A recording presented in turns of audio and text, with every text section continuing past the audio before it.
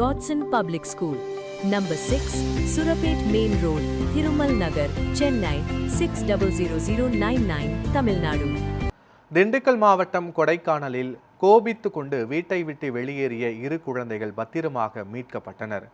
நாயுடுபுரம் பகுதியில் ஜெரால்டு மற்றும் அருண் ஆகியோரது குழந்தைகளான சார்வி என்ற சிறுமியும் ரித்விக் என்ற சிறுவனும் வீட்டில் கோபித்துக் கொண்டு வீட்டை விட்டு வெளியேறி உள்ளனர். குழந்தைகள் காணாமல் போனதை அறிந்த பெற்றோர் காவல் நிலையத்தில் புகார் அளித்தனர். உடனடியாக கொடைக்கானல் போலீசார் தனிப்படை அமைத்து விசாரணை மேற்கொண்டனர்.